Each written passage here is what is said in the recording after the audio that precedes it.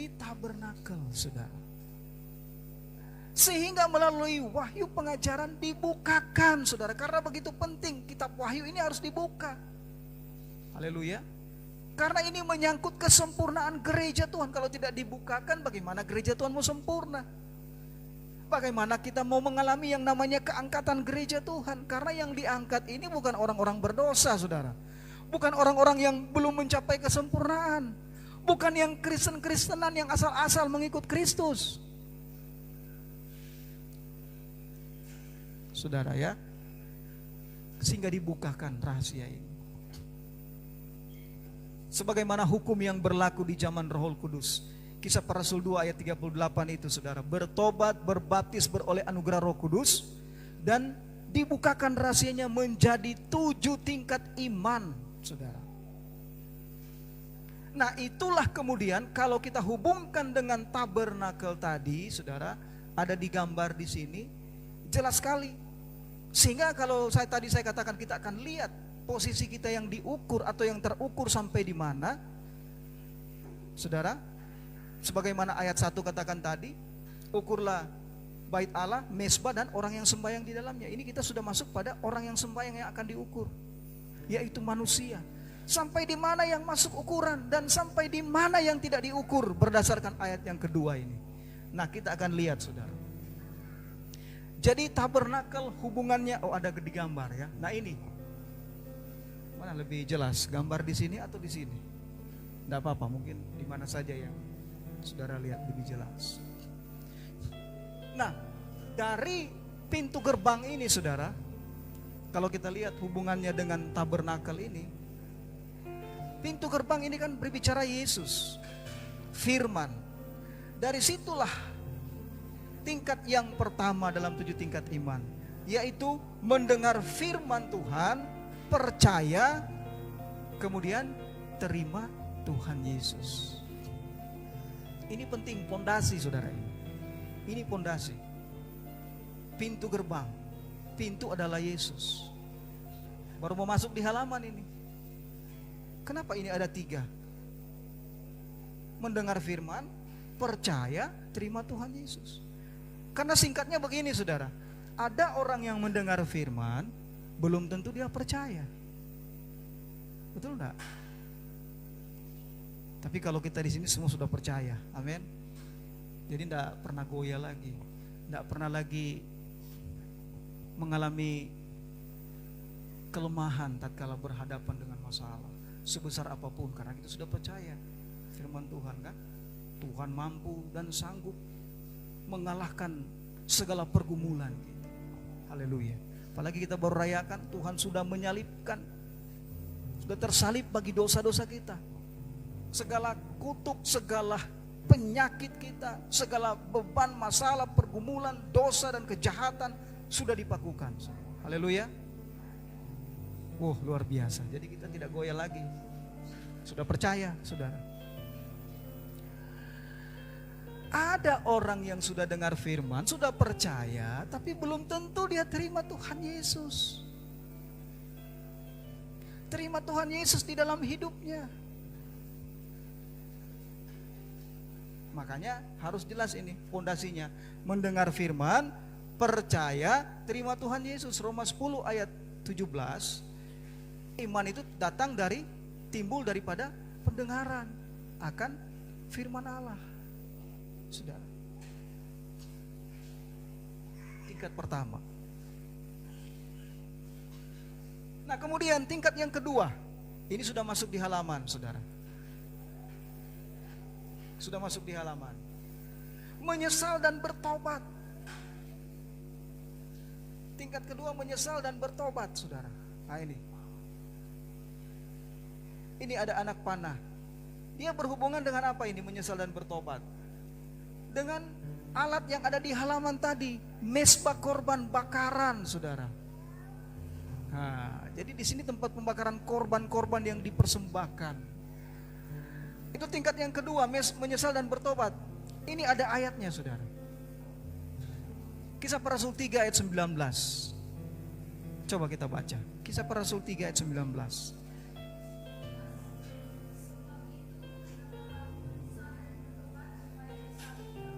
Nah, setelah dia dengar firman Tuhan, percaya, terima Tuhan Yesus, akhirnya dia punya penyesalan. Orang kalau yang menyesal, kenapa dia sampai menyesal? Berarti apa? Berarti dia sadar, saudara. Kalau orang dia menyesal, dia berarti sadar. Gak mungkin orang menyesal kalau dia tidak sadar. Berarti dia sudah sadar. Oh iya ya, firman Tuhan bilang begini. Nah, kemudian bertobat. Cukup sampai situ? Tidak cukup kalau cuma sampai bertobat, saudara. Manusia, kita semua ada satu kelemahan kita yang sangat-sangat. Kalau firman Tuhan katakan hati ini, hati itu penipu. Ya, penipu. Ayat 9, ya. Nah, itu dia.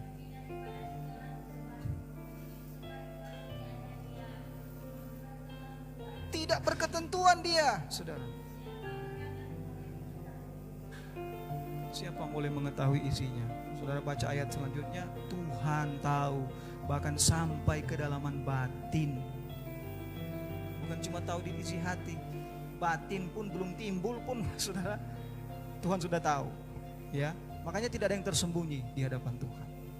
Nah, menyesal dan bertobat tidak cukup sampai di bertobat. Yang saya katakan tadi, kita punya hati ini penipu. Belum lagi mulut kita, lidah tak bertulang ini, saudara. Tuhan, saya mau bertobat. Tapi cuma sampai di mulut, cuma sampai di perkataan, saudara. Makanya perlu ada tindakan nyata. Apa tindakan nyatanya? Keluarkan buah-buah pertobatan. Tingkat ketiga, saudara. Setelah bertobat, keluarkan itu buah-buah pertobatan.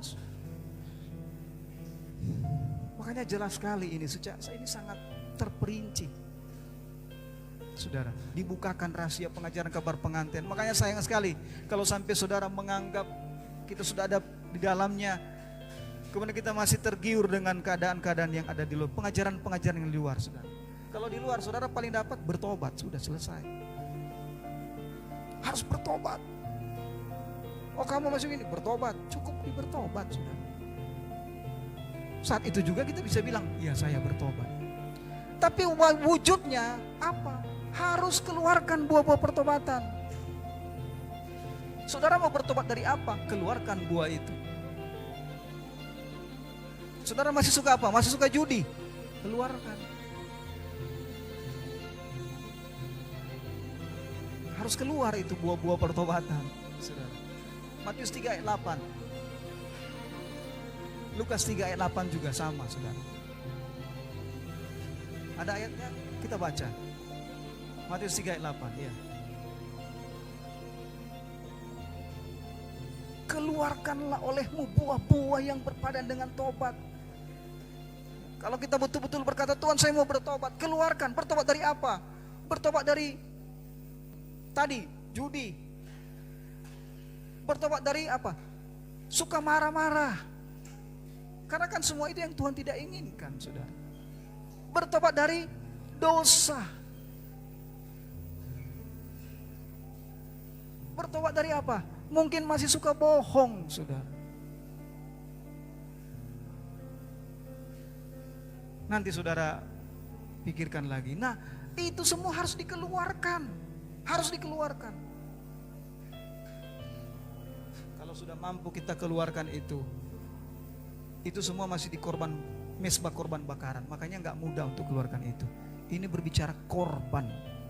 Itu harus dikorbankan. Namanya korban, bukan korban kalau tidak ada yang dikorbankan. Amin. Nah, yang kita korbankan tadi, yang harus keluarkan buah-buah pertobatan, yaitu kita harus korbankan segala keinginan, hawa nafsu kita yang tidak sesuai dengan firman Tuhan. Yang Tuhan tidak inginkan kita harus keluarkan. Makanya ini dia, korban bakaran di sini, sudah dibakar di situ. Baru kemudian alat yang kedua di halaman ada bejana pembasuhan atau kolam pembasuhan. Itu sudah masuk pada 7 tingkat iman, pada tingkat iman keempat. Tadi tingkat ketiga mengeluarkan buah-buah pertobatan, tingkat keenam baptisan air. Nah itu bejana pembasuhan atau kolam pembasuhan. Nah ini baptisan airnya. Harus melewati baptisan air. Kita baca itu ada ayatnya nih. Yohanes 3 ayat 3 sampai 5.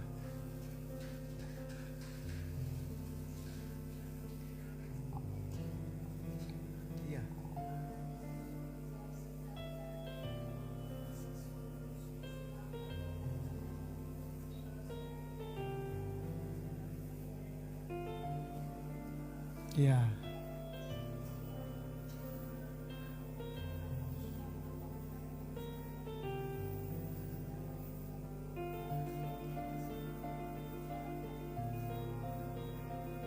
Iya.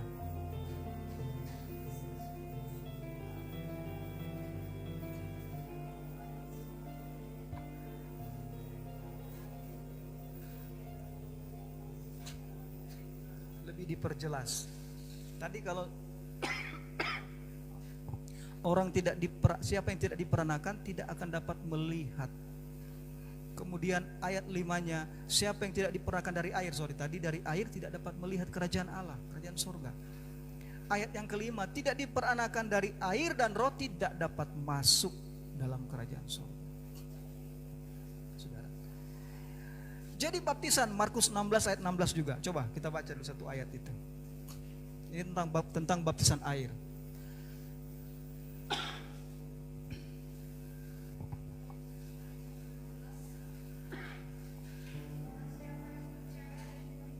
Barang siapa yang percaya dan yang dibaptiskan, ialah akan diselamatkan. Iya. Tidak percaya akan dihukum. Nah ini baptisan air. Haleluya, saudara.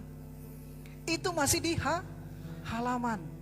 Nah terus saudara, ini hubungan 7 tingkat iman dengan tabernakel. Setelah baptisan air tingkat keempat, 7 tingkat iman, masuk pada tangga iman kelima, yaitu baptisan Roh Kudus dan kepenuhan Roh Kudus. Baptisan Roh Kudus dan kepenuhan Roh Kudus ini sudah berada pada pintu kemah. Tapi masih di pintu, saudara. Ya. Tapi sudah berada di pintu. Jadi ada baptisan Roh Kudus, ada kepenuhan Roh Kudus.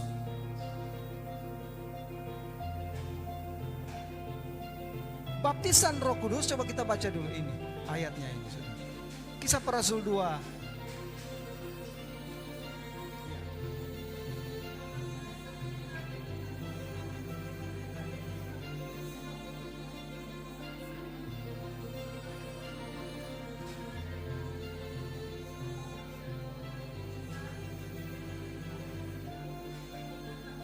Ya.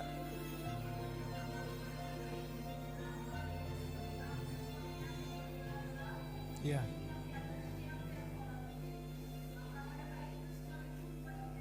Mereka itu sekalian penuhlah dengan Roh Kudus.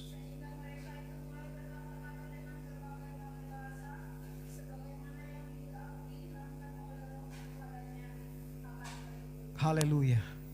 Nah itu saudara, mengalami baptisan Roh Kudus dan kepenuhan Roh Kudus. Karena baptisan Roh Kudus ini jelas perlu saudara. Setelah dibaptis dengan air, pada waktu Yohanes Pembaptis saudara membaptiskan Yesus, setelah itu dia berkata, aku membaptiskan kamu dengan air, tetapi dia yang datang akan membaptis kamu dengan Roh Kudus dan api. Jadi ada baptisan Roh Kudus saudara, Matius 3 ayat 11.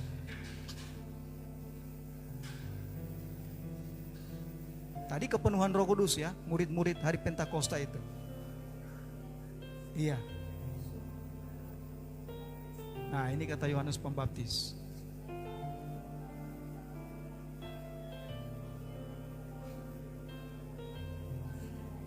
Dia lebih berkuasa daripadaku, kata Yohanes.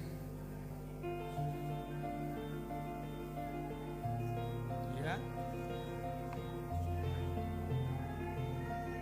Dialah yang akan membaptiskan kamu dengan Roh Kudus dan api. Jadi jelas saudara, ada baptisan Roh Kudus, ada kepenuhan Roh Kudus. Ini ada lagi ayatnya, Kisah Para Rasul 19 ayat 2 sampai yang ke-6 saudara. Tapi nanti saudara baca di rumah. Ya. Nah kemudian itu karena masih di pintu, harus masuk ke dalam. Jangan cuma sampai di pintu saudara.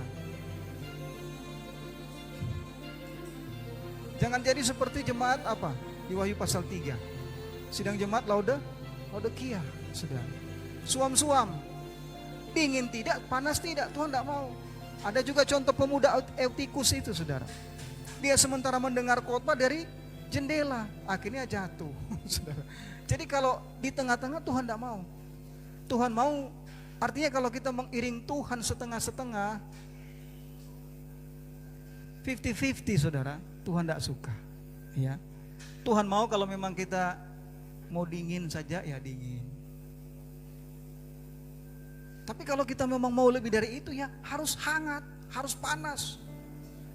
Jangan cuma di pintu. Makanya kalau cuma sampai di baptisan Roh, kepenuhan Roh, harus terus sampai ke dalam, supaya sampai kepada tingkat ke-6. Tingkat ke-6 ini ada karunia Rohul Kudus saudara. Kalau kepenuhan baptisan Roh, kepenuhan Roh ini masih kepenuhan, masih satu bahasa saudara. Satu bahasa masih kalau dia kepenuhan setelah dibaptis, hamba Tuhan baptis dia tumpang tangan. Kalau masih begitu itu masih kepenuhan Roh.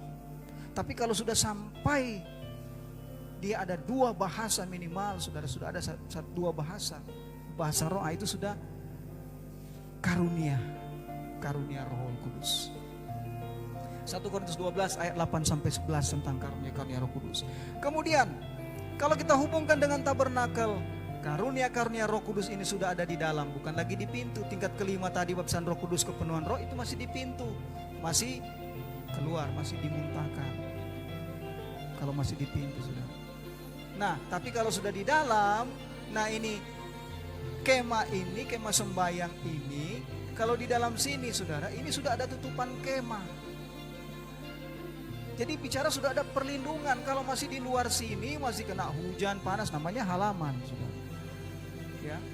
Nah, makanya harus berusaha kita masuk sampai ke dalam.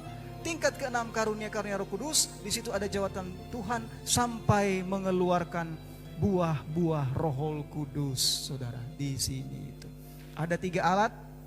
Nah, ada kaki dian atau pelita emas, ada meja roti sajian, ada mesbah dupa. Kaki dian adalah berbicara karunia Roh Kudus. Itu harus bekerja. Karena di kamar suci ini atau ruang kudus ini gelap karena kan sudah ada tutupan ini. Jadi kalau imam masuk ke dalam, dia harus nyalakan dulu ini saudara. Pelita emas ini harus dinyalakan baru supaya terang di sini. Haleluya. Nah, kemudian saudara, ada meja roti sajian, ini adalah berbicara pemberitaan firman Tuhan. 66 kitab saudara. Jadi Injil sepenuh yang diberitakan. Susu yang jati saudara. Tentunya yang murni. Karena kita sudah tahu, kita sudah belajar ya, ada 3 pengajaran. Ada pengajaran akal-akal manusia, pengajaran setan-setan, ada pengajaran yang langsung dari Tuhan. Nah, kemudian ada satu alat lagi namanya mesbah dupa. Mesbah dupa ini sendiri adalah berbicara penyembahan di dalam roh dan kebenaran. Sudah, ya. Jadi penting sekali alat-alat ini, meskipun Tuhan Yesus pada waktu dia mati tirai ini sobek. Ini sudah sobek, makanya ini nih ada kode ini terputus. Tirai yang menghubungkan atau yang memisahkan antara ruang suci dan ruang maha suci, ruang maha kudus, ini sobek pada waktu Yesus mati. Tapi alat-alat ini bukan hilang saudara, jadi jangan dihilangkan. Alat-alat ini tetap ada saudara. Cuman pada waktu itu saudara, cuma imam yang dapat mendengar suara langsung dari sini, dari Tuhan. Karena Allah hadir di sini, di tabut Allah ini. Kemudian Allah bersuara. Tapi kalau sekarang kita bisa langsung, makanya bisa jemaat Tuhan, siapa saja Tuhan bisa pakai langsung. Ya, untuk menyampaikan firman Allah. Haleluya saudara. Atau mendapat petunjuk-petunjuk dari Tuhan. Nah, ini tingkat ke-6, saudara. Kemudian tingkat ke-7 yaitu menjadi sempurna. Sudah menyatu dengan ini, sudah ada di ruang atau kamar maha suci, saudara. Sekarang kita akan lihat yang diukur tadi, apa dikatakan? Yang di dalam toh, saudara. Yang di luar, di halaman pelataran itu katanya jangan diukur. Nah, kalau kita lihat, ternyata saudara, tadi saya sudah jabarkan di sini. Halaman ini, tingkat keempat ini, saudara, baptisan air itu masih masuk halaman. Ya, berarti kalau masih halaman dikatakan jangan diukur. Sayang sekali kalau kita hanya sampai di baptisan air, kemudian kita sudah tidak mau bertumbuh lagi, tidak mau lagi meningkat di dalam iman, saudara, tidak mau lebih dewasa di dalam rohani. Kita akan kena firman Tuhan ini, saudara. Karena dikatakan jelas sekali, biarkan halaman yang ada di luar itu, jangan diukur dia. Sudah jangan diukur karena apa? Karena katanya sudah diberikan kepada orang kafir. Dan negeri yang kudus itu akan dipijak-pijak selama 42 bulan lamanya. Apa itu negeri yang kudus? Itulah Yerusalem, saudara. Makanya sampai sekarang pun masih jadi perebutan itu Yerusalem itu. Tapi puji Tuhan ya, sudah beralih ke Israel. Karena memang itu adalah ibu kota Israel. Ya. Melalui Donald Trump, Presiden Amerika yang sebelumnya. Sehingga dia dengan berani, tentunya itu semua sudah maksud Tuhan. Karena semua ini dalam rencana. Itu akan kembali ke Israel. Tapi pada akhirnya, dikatakan firman Tuhan ini, mereka yang sudah tidak mau bertumbuh, yang hanya sampai di halaman, cuma sampai di baptisan air, tidak mau masuk pada baptisan roh, kepenuhan roh, meningkat imannya sampai pada karunia-karunia Roh Kudus, sampai akhirnya mengeluarkan buah-buah roh, saudara. Mereka inilah yang akhirnya diserahkan kepada orang kafir, dan negeri yang kudus akan dipijak-pijak menjadi antek-anteknya antikris. Apa maksud negeri yang kudus dipijak-pijak? Karena saudara, dalam rahasia pengajaran kabar pengantin, Yerusalem itu akhirnya akan diduduki oleh antikris. Bahkan disitulah pusat pemerintahan antikris. Ya, saudara. Jadi di Yerusalem menjadi pusat pemerintahan nanti antikris. Sehingga dipijak-pijak selama 42 bulan. 42 bulan itu berapa tahun itu, saudara? 3,5 tahun mereka akan menguasai bumi. Rahasianya sudah dibuka dalam rahasia Daniel 9. Satu sabat terakhir ayat 27 ini, saudara, ya. Antikris berkuasa selama 3,5 tahun. Sebelumnya ada kegerakan besar 3,5 tahun. Mereka akan kuasai, saudara. Makanya sayang sekali yang tidak mau bertumbuh, yang hanya sampai pada baptisan air. Sekarang banyak orang, saudara, pikir sudah baptis air sudah cukup.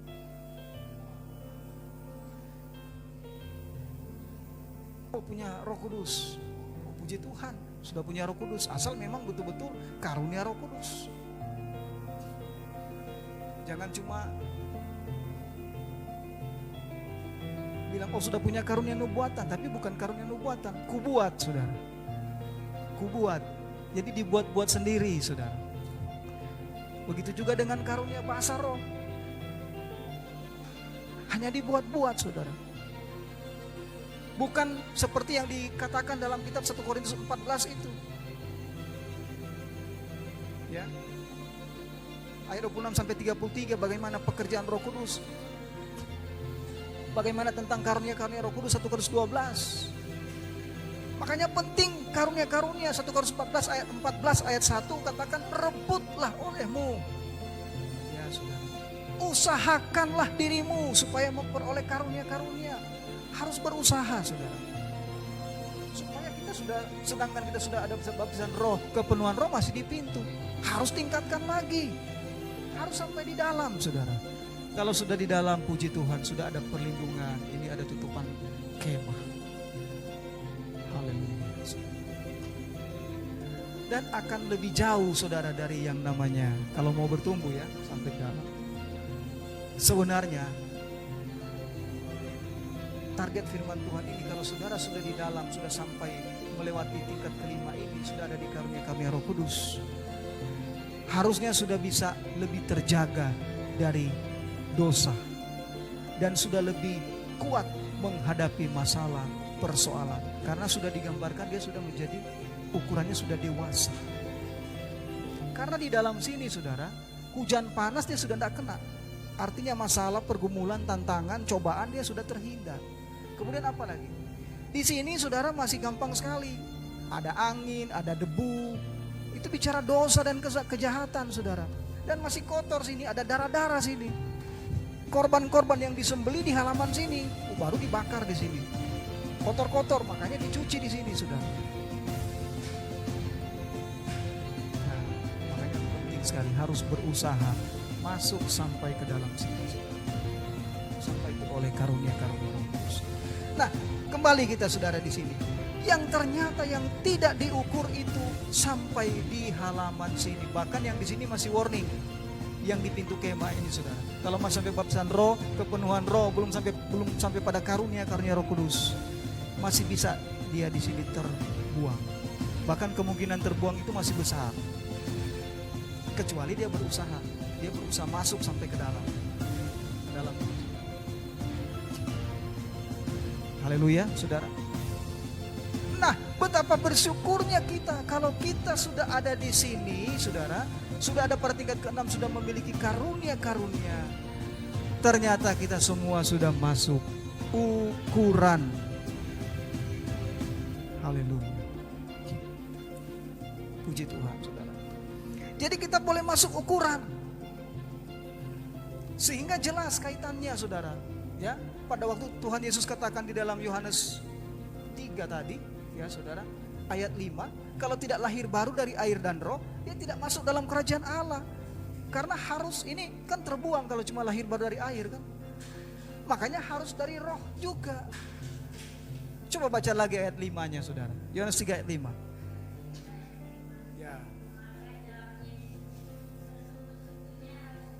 Aku berkata kepadamu, tidak dilahirkan kembali dari air dan roh, tidak boleh masuk. Makanya harus dua-dua, dari air yang ada di halaman, harus dari roh. Karena kalau cuma dari air sini, tadi ayatnya, biarkan halaman, ayat 2 Wahyu pasal 11 ini. Biarkan halaman itu di luar, jangan diukur. Makanya saudara berusaha kita sampai kepada karunia-karunia Roh Kudus. Nah, saya katakan tadi kita yang sudah ada di dalam sini saudara, kita sangat bersyukur. Kita sudah masuk ukuran. Haleluya. Bersyukurlah, sudah diukur kita saudara. Ibaratnya sudah diperhitungkan Tuhan. Bukan berarti yang lain tidak diperhitungkan, tapi sudah lebih diperhitungkan. Karena sudah diukur, haleluya. Nah ini kita bersyukur, kita sudah masuk ukuran. Tetapi ini pun sekaligus menjadi perhatian yang sangat serius kepada kita, saudara, yang sudah masuk ukuran, yang sudah ada di dalam sini. Kenapa saya katakan menjadi perhitungan yang sangat serius, perhatian yang sangat serius? Kita sudah diukur, bersyukur saudara, sudah masuk ukuran. Tetapi ini menjadi perhatian yang sangat serius karena apa? Karena dikatakan kita sudah diukur. Berarti apa yang diukur? Manusia ini terdiri dari 4 aspek saudara. Ada aspek internal, ada aspek eksternal. Ya, internal itu apa di dalam ini? Hati dan pikiran yang tidak terlihat, saudara. Kemudian apa? Yang eksternal, yang keluar, yang di luar. Perbuatan dan perkataan. Cuma itu 2, saudara. Kalau eksternal, internal yaitu pikiran kita dan hati kita. Yang di luar ini perbuatan dan perkataan. Nah, kalau kita dikatakan sudah di dalam sini, yang diukur itu yaitu 4 bagian tadi. Internal dan eksternal. Hati-hati. Makanya ini menjadi warning. Menjadi sesuatu yang harus serius kita perhatikan. Karena kan Ibrani 4 ayat 13 katakan, segala sesuatu itu kita pertanggungjawabkan kepada Tuhan, saudara. Wah, nah ini. Coba kita baca dulu. Ibrani 4 ayat 13.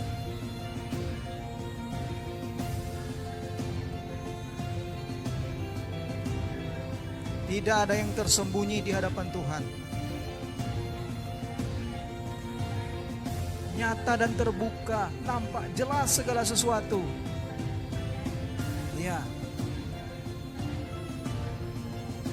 Harus kita memberi jawab. Kalau terjemahan baru katakan, yang harus kita pertanggungjawabkan kepada Tuhan.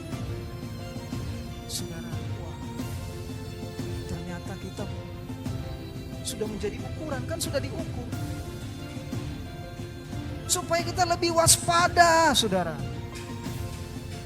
Supaya saya lebih hati-hati dalam hidup ini. Saya sudah menjadi orang yang diukur Tuhan. Saya tidak mempergunakan pikiran saya, hati saya ini semau saya lagi, saudara. Saya tidak mempergunakan lagi mulut dan perbuatan saya sesuai dengan keinginan saya, karena saudara dan saya sudah diukur. Haleluya. Mau berusaha supaya masuk ukuran, saudara? Puji Tuhan, amin ya. Tuhan dengar. Saudara tahu, tabernakel ini dari pintu gerbang sini sudah ada salib. Di dalam halaman sini ada salib. Pintu kemah ini ada salib. Di dalam juga ada salib. Di pintu tirai ada salib.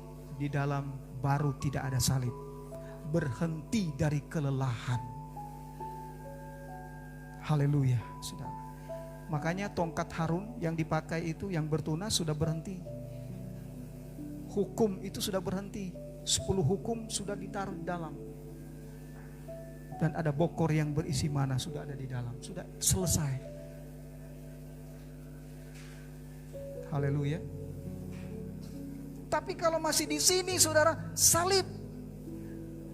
Makanya untuk kita berusaha supaya masuk ukuran, sudah menjadi ukuran kita pun ada salib, yaitu tadi.